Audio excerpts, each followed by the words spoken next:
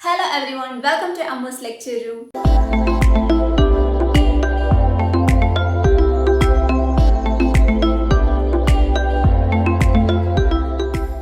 ഇന്നത്തെ വീഡിയോയിൽ നമ്മൾ ഡിസ്കസ് ചെയ്യാൻ പോകുന്നത് എന്താണ് എൻവയോൺമെന്റൽ സ്റ്റഡീസ്, എന്തൊക്കെയാണ് എൻവയോൺമെന്റൽ സ്റ്റഡീസിന്റെ ഒബ്ജക്റ്റീവ്സ്, എന്തൊക്കെയാണ് എൻവയോൺമെന്റൽ എഡ്യൂക്കേഷന്റെ ഗൈഡിംഗ് പ്രിൻസിപ്പിൾസ്, അതുപോലെ തന്നെ എൻവയോൺമെന്റൽ സ്റ്റഡീസിന്റെ ഇമ്പോർട്ടൻസ് എന്തൊക്കെയാണ്. ആദ്യം തന്നെ നമുക്ക് എൻവയോൺമെന്റൽ സ്റ്റഡീസിന്റെ മീനിങ് നോക്കാം. എൻവയോൺമെന്റൽ സ്റ്റഡീസ് എൻവയോൺമെന്റിനെ പറ്റിയും എൻവയോൺമെന്റിന്റെ physical, biological, social and cultural ഫാക്ടേഴ്സിനെ പറ്റിയും എൻവയോൺമെൻറ്റും ഹ്യൂമൻ ബീയിങ്സും തമ്മിലുള്ള റിലേഷൻഷിപ്പിൻ്റെ നേച്ചറിനെയും ക്യാരക്ടറിസ്റ്റിക്സിനെയും പറ്റിയുമുള്ള സിസ്റ്റമാറ്റിക് സ്റ്റഡിയാണ് എൻവയോൺമെൻറ്റൽ സ്റ്റഡീസ്. ഇനി നമുക്ക് യുനെസ്കോ പറഞ്ഞിട്ടുള്ള എൻവയോൺമെന്റൽ സ്റ്റഡീസിന്റെ ഒബ്ജക്റ്റീവ്സ് ആൻഡ് ഗൈഡിംഗ് പ്രിൻസിപ്പിൾസ് എന്തൊക്കെയാണെന്നുള്ളത് നോക്കാം. എൻവയോൺമെൻറ്റൽ സ്റ്റഡീസിൻ്റെ ഒന്നാമത്തെ ലക്ഷ്യമാണ് എൻവയോൺമെൻറ്റൽ പ്രോബ്ലംസിനെ പറ്റി മനുഷ്യർക്കിടയിൽ ഒരു അവബോധം സൃഷ്ടിക്കുക. രണ്ടാമത്തെ ലക്ഷ്യമാണ് എൻവയോൺമെൻറ്റിനെയും എൻവയോൺമെൻറ്റിൻ്റെ പ്രോബ്ലംസിനെയും പറ്റിയുള്ള ബേസിക് നോളജ് ഇവർക്ക് പകർന്നു കൊടുക്കുക. അടുത്ത ലക്ഷ്യമാണ് മനുഷ്യരെ എൻവയോൺമെൻറ്റിൻ്റെ കാര്യത്തിൽ ഉത്കണ്ഠയുള്ളവരാക്കി മാറ്റുക. എൻവയോൺമെൻറ്റിനെ സംരക്ഷിക്കാനും എൻവയോൺമെൻറ്റ് ഇംപ്രൂവ് ചെയ്യാനുമുള്ള ആക്ടിവിറ്റീസിൽ പാർട്ടിസിപ്പേറ്റ് ചെയ്യാൻ പബ്ലിക്കിനെ മോട്ടിവേറ്റ് ചെയ്യുക. അടുത്തൊരു ലക്ഷ്യമാണ് എൻവയോൺമെൻറ്റിൻ്റെ പ്രശ്നങ്ങൾ മനസ്സിലാക്കാനും അതിന് സൊല്യൂഷൻ കണ്ടുപിടിക്കാനുമുള്ള കഴിവുകൾ ഹ്യൂമൻ ബീയിങ്സിൽ ഇമ്പാർട്ട് ചെയ്യുക. എൻവയോൺമെൻറ്റൽ സ്റ്റഡീസിൻ്റെ അടുത്തൊരു ലക്ഷ്യമാണ് പ്രകൃതിയുമായി പൊരുത്തപ്പെട്ടു പോകുവാൻ ഹ്യൂമൻ ബീയിങ്സിനെ പഠിപ്പിക്കുക. എൻവയോൺമെൻറ്റൽ സ്റ്റഡീസിൻ്റെ ഗൈഡിംഗ് പ്രിൻസിപ്പിൾസിൽ ഒന്നാമത്തെയാണ് എൻവയോൺമെൻറ്റൽ എഡ്യൂക്കേഷൻ പ്രൈമറി സ്കൂൾ തൊട്ട് പോസ്റ്റ് ഗ്രാജുവേഷൻ സ്റ്റേജ് വരെ നിർബന്ധമാക്കുക. എൻവയോൺമെൻറ്റൽ എഡ്യൂക്കേഷനിൽ എൻവയോൺമെൻറ്റിൻ്റെ ഫിസിക്കൽ, കെമിക്കൽ, ബയോളജിക്കൽ, അതുകൂടാതെ സോഷ്യൽ കൾച്ചറൽ ആസ്പെക്ട്സും ഇൻക്ലൂഡ് ചെയ്യുക.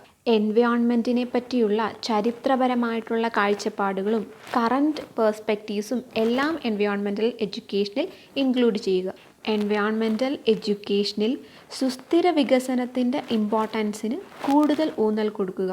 എൻവയോൺമെൻറ്റൽ പ്ലാനിങ്ങിൽ ഇൻ്റർനാഷണൽ കോർപ്പറേഷൻ എത്രമാത്രം ഇമ്പോർട്ടൻ്റ് ആണെന്നുള്ളത് മനസ്സിലാക്കി കൊടുക്കുക.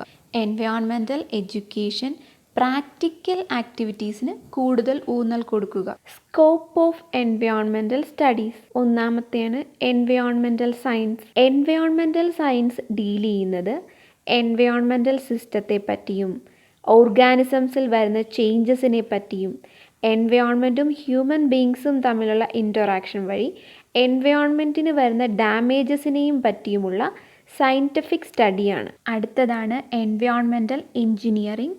എൻവയോൺമെൻറ്റൽ എഞ്ചിനീയറിംഗ് ഡീൽ ചെയ്യുന്നത് ഹ്യൂമൻ ബീയിങ്സിൻ്റെ ആക്ട് കൊണ്ട് എൻവയോൺമെൻറ്റിന് വരുന്ന ഡാമേജസിൽ നിന്നും എൻവയോൺമെൻറ്റിനെ പ്രൊട്ടക്റ്റ് ചെയ്യാൻ വേണ്ടിയുള്ള ടെക്നിക്കൽ പ്രോസസ്സുകളെ പറ്റിയുള്ള സ്റ്റഡിയാണ്. അടുത്തതാണ് എൻവയോൺമെൻറ്റൽ മാനേജ്മെൻറ്റ്. എൻവയോൺമെൻറ്റൽ മാനേജ്മെൻറ്റിൽ കവർ ചെയ്യുന്ന areas environmental management standard, environmental impact assessment, economic of pollution, ഇങ്ങനെയുള്ള കാര്യങ്ങളാണ്. ഇനി നമുക്ക് എൻവയോൺമെൻറ്റൽ സ്റ്റഡീസിൻ്റെ ഇമ്പോർട്ടൻസ് എന്തൊക്കെയാണെന്നുള്ളത് നോക്കാം.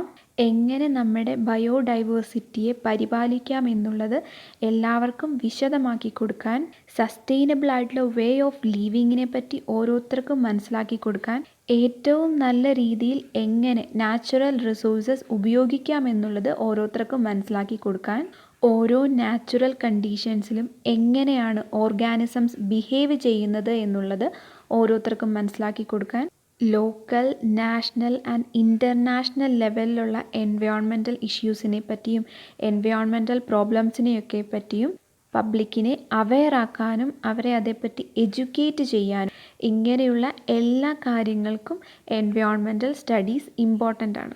ഇന്നത്തെ ഈ വീഡിയോ നിങ്ങൾക്കൊക്കെ ഹെൽപ്ഫുൾ ആയി ഞാൻ വിശ്വസിക്കുന്നു.